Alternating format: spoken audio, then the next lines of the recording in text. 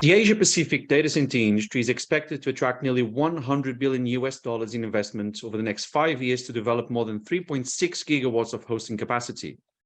Markets such as India, China, Japan, and South Korea alone are set to add billions of dollars in development, with Southeast Asia now also making headlines as new projects break ground and buildings are brought online on average almost every week.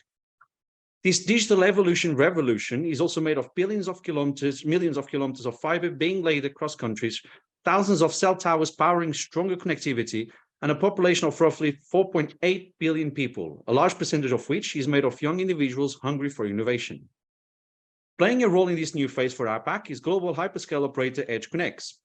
With regional headquarters based in Singapore, the company has data center facilities and projects under development across the continent's main metros, from Beijing to Chennai and Jakarta and beyond.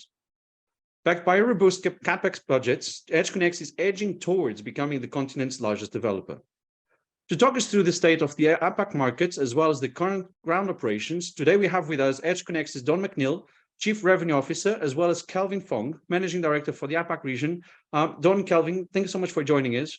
I think this is, I'll put along with Africa, the one of the two most exciting regions on the planet right now in terms of data center development. And of course, you have a huge footprint already present and upcoming as well. Before we go around the continent in, let's say, roughly 40 minutes, what would you say are the common investment drivers across APAC?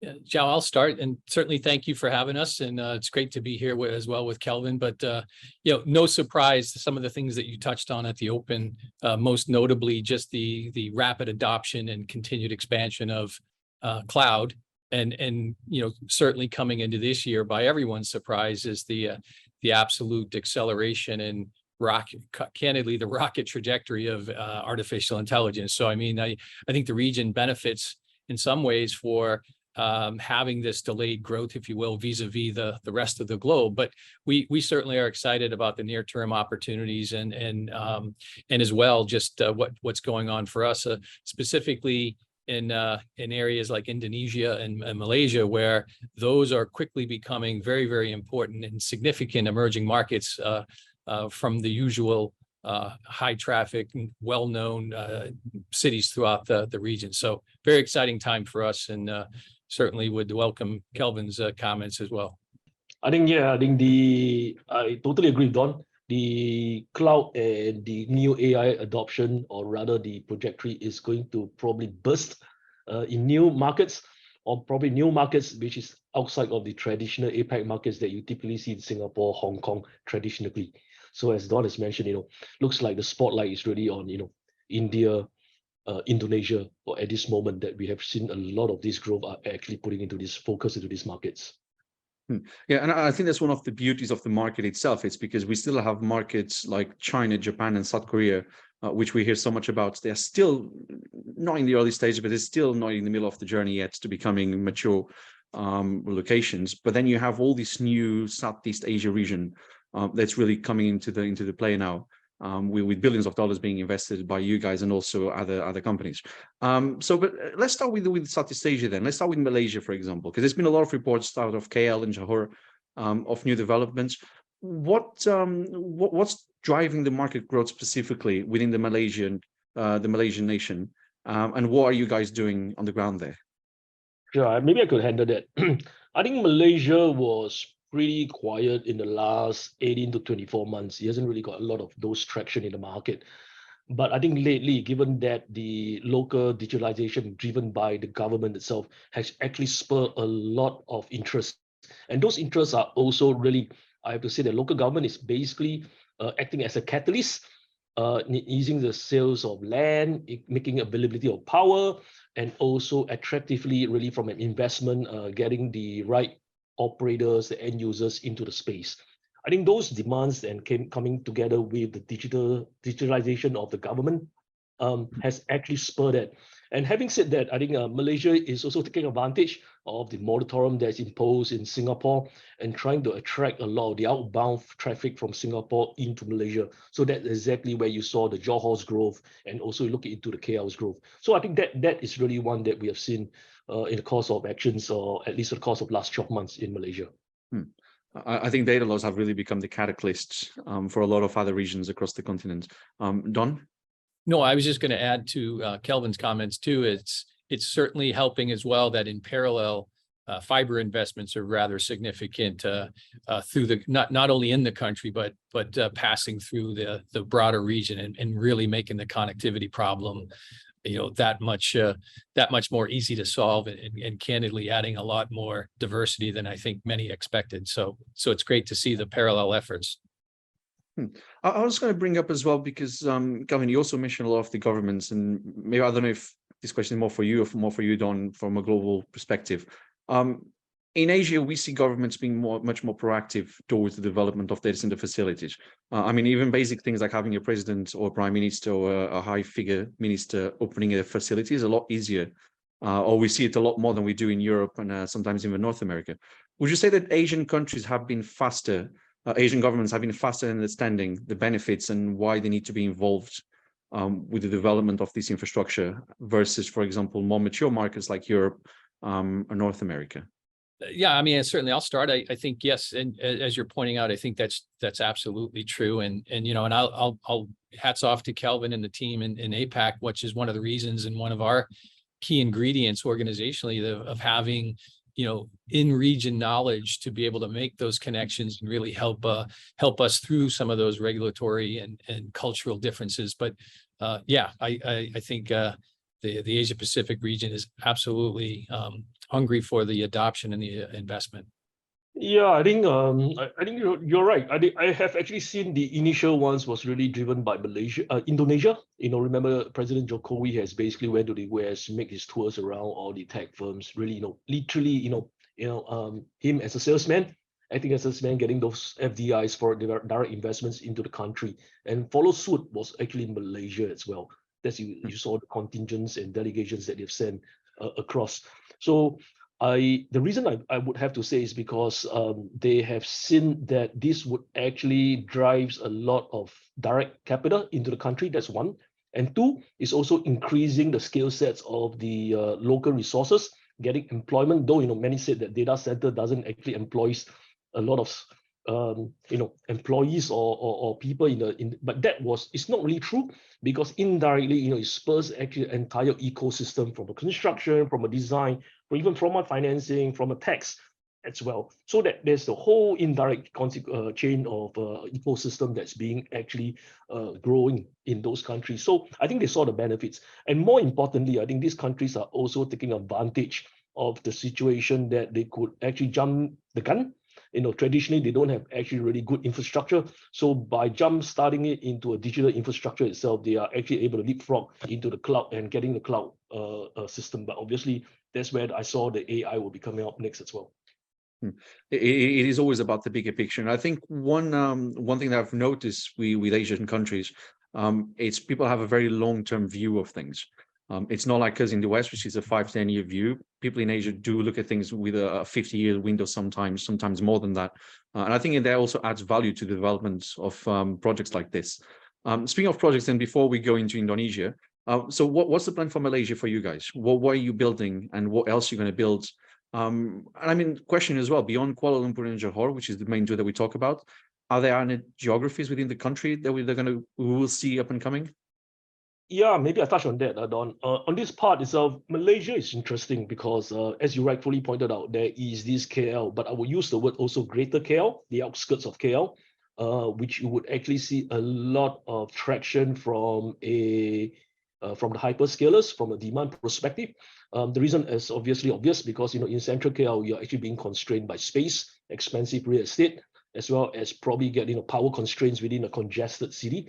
But outskirts of it, where we see the outside of Greater KL, there's this opportunity really to grow into mega campuses, and that's exactly what the government has been pushing. In fact, they have already opened up some of the technology parks just to cater to these hyperscalers. So that would be really KL, Greater KL, and followed by Johor. But Johor would be probably, I use a Singapore Plus story that you have heard. We are looking at Johor, whether the outflow from the traffic from Singapore into Johor would be actually capturing those demand, as the moratorium is still, though it's lifted, but not big in terms of the yesteryears in Singapore, you see. So that I would say that these are probably two very key markets KL and Johor. I mean, elsewhere in Malaysia, we have not really seen lots of activities outside these two regions. I think your point about technology parks is also another very interesting characteristic of Asia, because I think it's probably more common to see technology parks, data center parks being developed, where then you share the land with other operators, as we see it in other countries. So in Europe, everyone goes on their own. North America, pretty much everyone goes on their own. We do have some bigger campuses being developed now where different operators are coming in. But I think that's another specific of the market. It is technology parks, which again, backed by government, who understands the bigger picture and the longer term development of these facilities.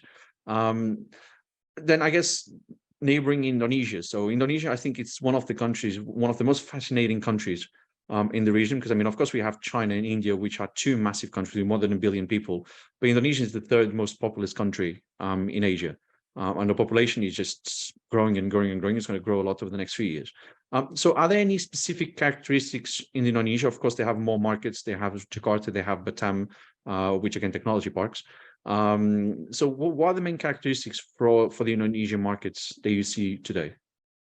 Yeah, maybe I will just start. I mean, first of all, our acquisition of GTN in the first half of 2022 was absolutely a key decision, and most notably a catalyst for us to, number one, get a foothold in the region at large, but more importantly in Indonesia. So we're very pleased with how the integration of the team, and most importantly, the data center for us has gone. So from that, we see a great opportunity to continue the proverbial land and expand with regard to Indonesia and the greater region, because we again continue to see it having good connectivity choice, as well as just very, very favorable climate for further investment. So Kelvin can certainly elaborate on that. Yeah, I think in Indonesia, as you rightly fully pointed out, the specific areas are really in Jakarta and outskirts of Jakarta alone here. I think Batam would be still a very far distance second market or secondary market as compared to Jakarta. I think Jakarta is broken into two. One is the central Jakarta, which traditionally that's where most of the data centers are housed. But I think over the course of the last 24 months at least, you have seen a lot of the major hyperscalers have actually shifted eastern of Java. So that's exactly where most of the play is actually happening today, Jakarta. So those were really three spots: central Jakarta, the eastern Java side, and now I think coming up and coming with probably a far distance would be Batam in this case. Interesting. But I think geographically speaking, Indonesia is a massive country, which we don't realize how big it is. And I think the other thing about it is also it's a lot of islands. So I mean, this undoubtedly will demand data centers in other places of the country, because you will have to build them there. Where do you think they're going to be built? Because of course we got Bali, which is an island, it's more of a touristic island, but there's still a bit of a startup scene starting to pop up there. Indonesia is building a new capital city. So that's going to demand a lot of telecommunications infrastructure. How do you envision the different markets within that country? So, and we can split them between tier 1 and tier 2 markets if you want to. But where do you think the pins are going to fall on the map in that country? Yeah, that's a good question. I think outside of central Jakarta, as we don't see any more big growth and large growth there, given all the constraints that you see. I think would be, at the moment, I think Eastern Java is exactly absorbing most of the classes. That's probably a tier 1 in Indonesia context. Batam, I think is still a secondary market, but you have to remember that, as you rightfully pointed out, Indonesia is a large market made up of numerous islands. What I'm also seeing is that not only they are attracting the international players or demand, there's also a large group of domestic demand. There's actually a large community of e-commerce, fintech players in Indonesia itself. So there's a lot of domestic driven demands. And I would have to say that besides the Jakarta or Eastern Java itself, Jakarta, I would have to say besides Batam, the next you never know will be in the Surabaya. Young population, a lot of e-commerce are there. Those are really next areas that we are probably exploring and looking at how the tech scene is actually growing in the Surabaya area as well. So, I mean, again, those are really spotlights that we would like to see where the next growth in Indonesia, besides Jakarta. Jakarta will get definitely crowded. As for what you mentioned about the government moving, that will be in Kalimantan. I think at least it's a 10 years plan. in terms of shifting everybody across. But you never know. I mean, if the government is actually deemed to put all their services there, they would also probably migrate some of the data centers hosting the government data in Kalimantan. So that probably, I would say, is a longer term, longer term, rather than where Jakarta and Surabaya is. Yeah, well, the new capital is going to take a few years to build, at least a decade and a half, and all that. But and then Don, of course, you mentioned the GTN acquisition in Indonesia. I mean, this is a market over the next 24 months. It's going to really explode. What acquisitions can we expect, or what more investment can we expect? I mean, Calvin already mentioned some of the potential expansions, but anything inorganic on the way? No, I don't think so. I think we're very, like I said, I think we're very pleased, and it kind of works to our playbook, if you will, with regards to finding the in region expertise, and we're really focused on now using the GTN platform and expanding from there. So nothing inorganic at the time, but right now we're very much focused now on organic growth. Interesting. And then I think one of the interesting markets, so shifting to another country now on our journey, an interesting market that you got into as well was China through a partnership with Toyota, which amounted to a large investment from your backers as well, EQT. So can you give us an update on China? What's happening there? Because I think you're in Beijing and Shanghai. I was just going to say at the open, we continue to be very focused on Chayora, and recently made some changes there, and again, timing that with obviously the recovery of the Chinese domestic economy. We're very, very focused on being well positioned to take advantage of that from the standpoint of not only domestic growth, but also kind of now, albeit tenuous, but with a bit of optimism, kind of a further thawing of the relationships, and also the opportunity that China naturally presents and always has. So again, we're looking at it through the lens of not only domestic China, but also globally, and again, we think the opportunities lie ahead for Chayora and our investment there. Tremendous markets that one is with a lot of opportunities. And Calvin? Yeah, I think we are actually in two locations. One is in Tianjin, another is Taichung. Maybe from a map-wise, these are all in the eastern region in China.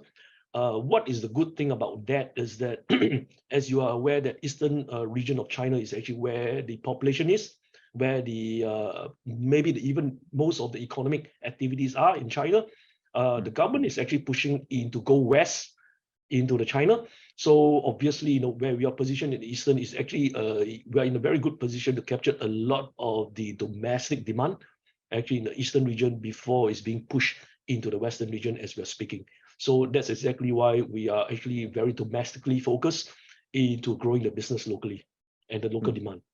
And I think that kind of mirrors what's happening in the country as well, which is really developing China for China at this stage, especially the west side of the country, as you mentioned, with a lot of railways being built, new cities being built. I think the One Belt, One Road kind of plays a little bit into it as well, in those developments, and of course linking into other countries. Yep. So, and then not too far on a global scale, but it is quite far. It's the Philippines. So you've recently done a partnership with Abuitis. Sorry if I murdered the name. I can never say that one. But you've done a partnership with Abuitis, and I know there's going to be some developments on the ground. So, I mean, why was Philippines a place that you wanted to go to when there's other countries maybe with a bit more market demand already? And what are you planning to do in the Philippines? Yeah, thanks. I think Philippines is definitely a very interesting market. The reason is because we have found a right partner. I mean, like our India's partner Adani. But obviously, Philippines is, from a demand-wise, is a smaller scale.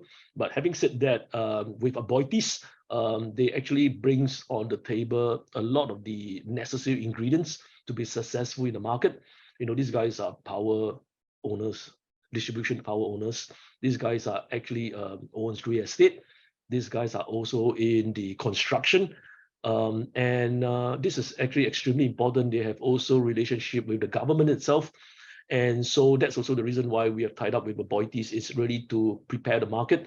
For us, it is one that is a promising market. We actually seen a lot of movements that is currently, getting into a market and positioning ourselves well as in this emerging market.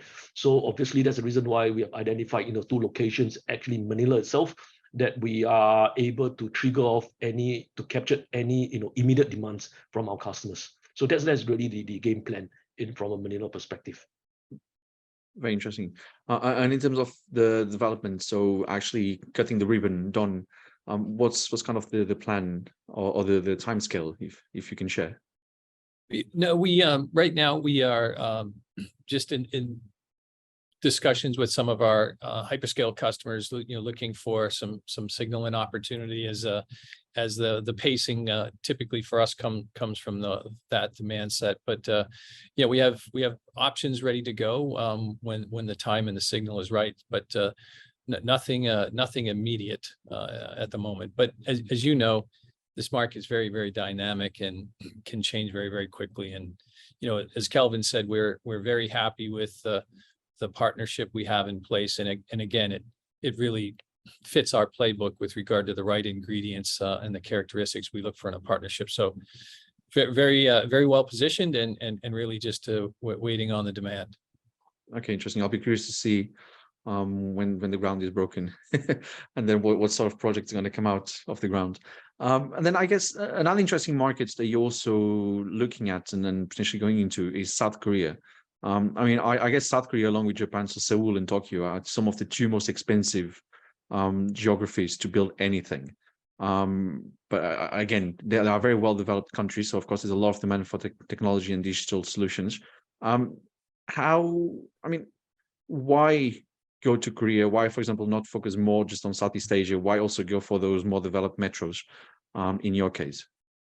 I think number one for us, we are from the very beginning, our DNA has always been, very tight alignment with our customer base and candidly to some degree in those 2 markets in particular, we feel very fortunate that as we've performed around the globe outside of the region, I think our success is really something that is respected and desired. And for that reason, I think in many cases, our customer base is really asking us to consider those markets and looking for the right opportunity. Kelvin, so would we see you develop things organically or more towards partnerships like the Philippines, India? I would have to say in Korea itself, it would be obviously through a partnership, because given to navigate the landscape in Korea is probably, everybody knows it's extremely challenging. But you're right, real estate is really expensive. That's something that we have to all watch for, because that was yesterday. Tomorrow these prices will be changing as we are all seeing it with the interest rates that is actually pushing pressure onto the real estate or the developers themselves. So long story short, in Korea, we are looking at through a partnership. We are going there, like Don has mentioned, it's really driven by our customers and the demand. And they are really looking at big so-called capacities they are deploying, because you see, anything that you get in Korea today is really being constrained by either extremely high real estate costs, and secondly, probably constrained on power. So yeah, I mean, getting that two together and act together, I mean, with large plot of land and power capacities is probably the biggest challenge anyone will face in Korea. Very interesting. You've actually mentioned interest rates, and I'll just do a quick side question around interest rates, because we have all the big real estate guys talking about this and how this is kind of slowing down the market, slowing down budget spend, some projects getting a bit back on the foot in terms of being pushed out. But that's mostly in Europe and North America. Is Asia going through the same kind of thing? Is this also going into Asia, that the interest rates and cost of capital and everything that's happening on the western side of the world, is it also having an impact in Asia, or the demand is so strong that the market there is just going to carry on as it was expected to? Yeah, I don't say that no, it's definitely impacting on the markets, but also, as you rightfully mentioned, because the demand is really strong in Asia, across Asia, actually, not just Southeast Asia. And that's also where we see a lot of the interest and the capital being deployed in Asia. And that actually helps to tide that over. I think that demand itself has basically been helping to push that. But obviously, it's a real and serious problem. I mean, we definitely see interest rates going up. Well, unfortunately, it is going up everywhere, and it seems like this is going to become the new reality as opposed to expecting them to come down to the old days. Hopefully, they won't stay as high, but it won't come as down as we would like them to. And then I think one of also the other interesting markets that you're in, it's India, and then of course we know a lot about India and EdgeConnex through Adani, and of course the creation of AdaniConneX and the 50-50 JV. I mean, what's happening there? Because we keep an eye on India a lot, so we are quite well aware. I think the market's quite well aware of what you guys are doing. You've got a data center already operational in Chennai, and you've got 8 more locations already listed on your website with Kolkata, Noida, Pune, and Mumbai, and some more. But can you give us an update on where you are with Adani and the developments of all the infrastructure that you're looking at? Because I think it's going to be 1 gigawatt. And I don't know what the timeline is to get to 1 gigawatt, but 1 gigawatt from zero, it's quite a lot. Yeah, and first of all, this is probably the thing we hold in the highest esteem, which is really the partnership we have established with Adani. And to be clear, it's 1 gigawatt by 2030. I can tell you that we're very pleased our progress towards that. And if I was a betting man, I would say it would be well before that. But again, for all the right ingredients, Adani not only brings just the local infrastructure expertise of the Adani group, but more importantly, the infrastructure supporting power transmission, power generation. Adani Group has a similar goal with regard to renewable sustainable energy to be at 25 gigawatts by 2025, which again, they're well underway. So in many cases, India has the advantage of, kind of significant fresh investment on all aspects, not only digital infrastructure, but just the broader infrastructure requirements. So bringing that together with AdaniConneX and EdgeConnex, I mean, it's really resonated very well. And again, it's also resonated with our customers because of the collective past experience of over a decade in some cases.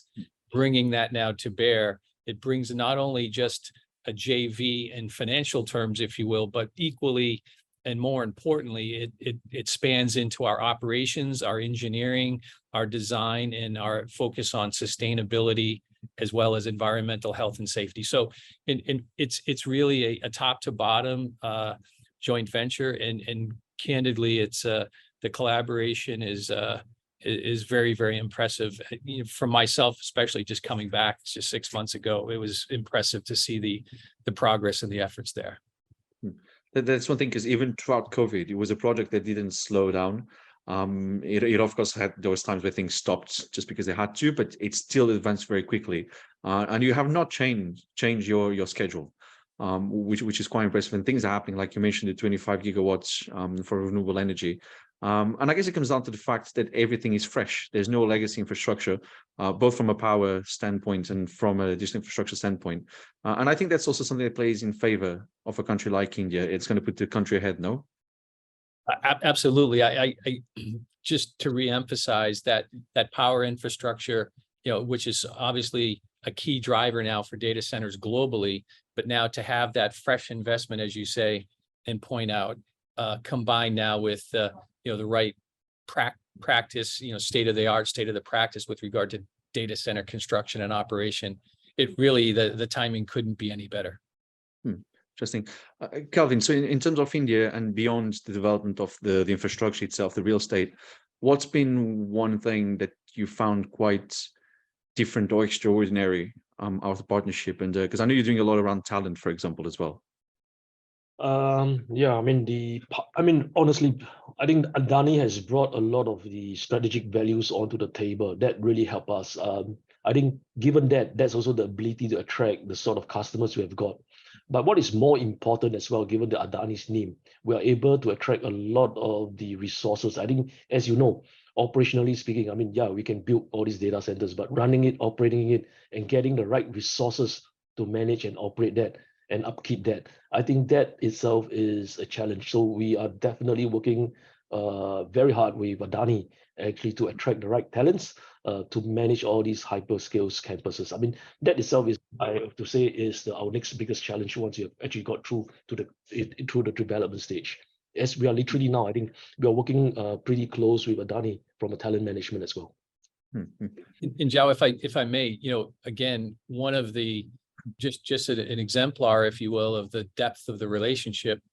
All of the new hires that come into Adani with regard to the data center construction and build out, once a quarter, we host a joint training session for a week in Amsterdam. So we bring those teams to Amsterdam, which we hold up as our flagship, for EdgeConnex, our flagship deployment globally, and they're able to see ongoing construction activity. They're able to see ongoing operations, and it's a top to bottom, if you will. It covers everything from safety and personal protective equipment to state of the art with regard to construction practice, et cetera. So that's our investment, collective investment between Adani and EdgeConnex with regard to investing in our people and doing it in a very meaningful way, in my opinion.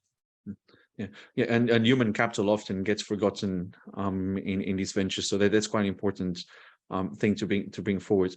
But then, just picking up on the renewable side of things, of course, Adani, it's a huge producer of energy, renewable energy.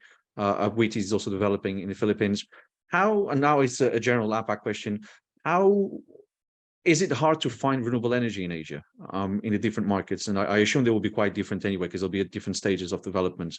But how do you get your energy in APAC? Yeah, that is actually a pretty From? tough question. Yeah, I mean, it actually varies in various different jurisdictions. I think, likewise, you heard in India is big on renewable energy. Even the renewable energy tariffs are probably cheaper than your normal tariffs. This is one that you get in India. But having said that, I think closer to home, even in Singapore, I think you would definitely really stretch yourself to get any renewable energy if it doesn't actually offset it. I mean, I'm talking of onshore renewable energy. Even as we are looking through Indonesia is still really traditional. I mean, they are only starting to look at renewable energy lately, only the last 12 months, and developing that. So they are still really at the mature stage, unlike India, which is actually very established. They have all this renewable story that has been mapped out and planned out. Even down to Malaysia itself, the story is there, because one of my daily job is actually talk to these power companies in terms of trying to convert their existing traditional fuel into renewable source. And even in Malaysia, Indonesia, I think the guys are getting it, but I think they are still a couple of years behind India on that aspect. And that's one that I have. I mean, even you bring up into the developed markets, even in Korea and Japan, likewise, not most areas are still, served by renewable energy. So no, I think different jurisdictions we see. The only ones that are really maybe in Australia, in India, I think we'll see heaps of those renewable energy being deployed, so to speak. China as well. I mean, depending on which location in China, obviously they have large hydro plants where renewable energy is there, wind farms as well. So yeah, so I don't think that story in Asia is really there for all. Some of them are playing the catch up compared to some of them are really at the initial stage. Interesting. If there was one thing you would like to change in terms of the market itself, what would be that one thing? So either some sort of regulation, some availability of something, access to something. What's the one thing you think Asia could change? In fact, you asked me, I think to start with, if the whole Asia could speak the same common language, would be easy. That's what you see in the US. Seriously, communication is the biggest issue. Obviously, that goes back into the law. And the law, what I meant by that is the real estate law and actually navigating the authorities. I think if these guys are, but again, I don't think you get that. ASEAN, maybe in ASEAN, which is the Southeast Asia, they're trying to do that. But I would have to say, it's still a long way more to go. I mean, those are real challenges. You actually have it on the ground. That's a good point. Actually, we had a conversation last week where a lot of a lot of the discussion did come down to language, and that was between Europe and Africa, for example. So that's actually coming up a lot more, I think, than people realize. it's the language. Because even in Europe, we've heard about even American operators coming into Europe struggling. Even though you got the EU and it's easy to do business with, language-wise, you still got to speak at least 3, 4, 5 different languages to get across different markets. So that's a good point. I mean, of course, we covered a huge mountain of topics in our conversation. We went through several countries. But what would you say would be the next main things over the next 24 months, both for the markets and for EdgeConnex? What's coming?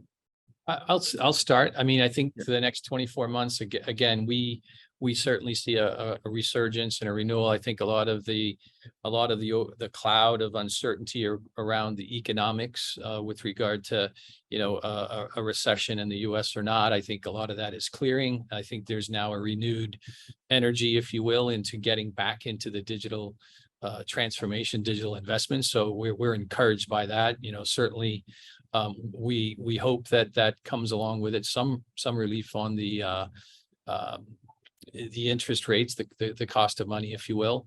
And then I think also combined with that is, a continued improvement in the supply chain.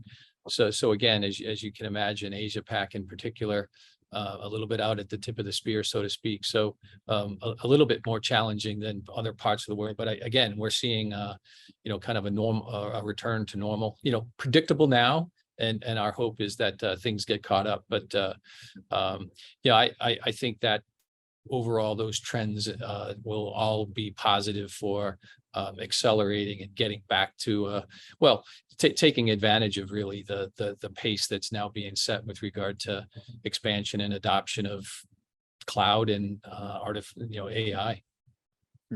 And I think that fits quite well as well with the global kind of time scale that we're looking at things over the next, especially the next 18 months.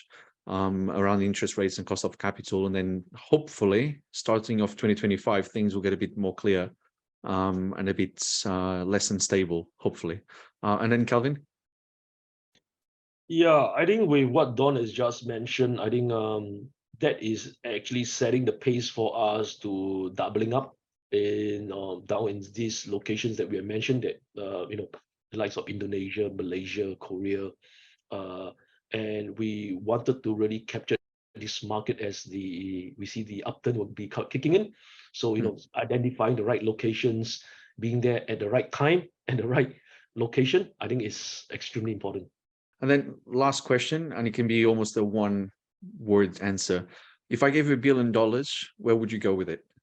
Don, you want to go first, or I can do it? You can do anything you want with it, but where would you put $1 billion? India. I would have to say India as well.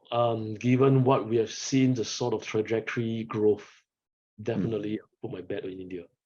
Well, it would definitely be put to good use, because there's definitely enough demand for one plus many more billions to be put on the ground. But Don McNeil, Chief Revenue Officer, and Kelvin Fong, Managing Director for the APAC region for EdgeConnex. Thank you so much for talking to me. I thought this was a very interesting chat, and going country by country, it's always interesting because often we talk about regions as a one big thing, and it's not one big thing. It's different cultures, it's different countries. So I think it's important to start niching down the discussions a little bit. As for you at home, thank you for watching, and do check our website and give us a follow on social media for more breaking and timely news from across the digital infrastructure sector worldwide. At the Tech Capital, you lead, we report. Bye for now.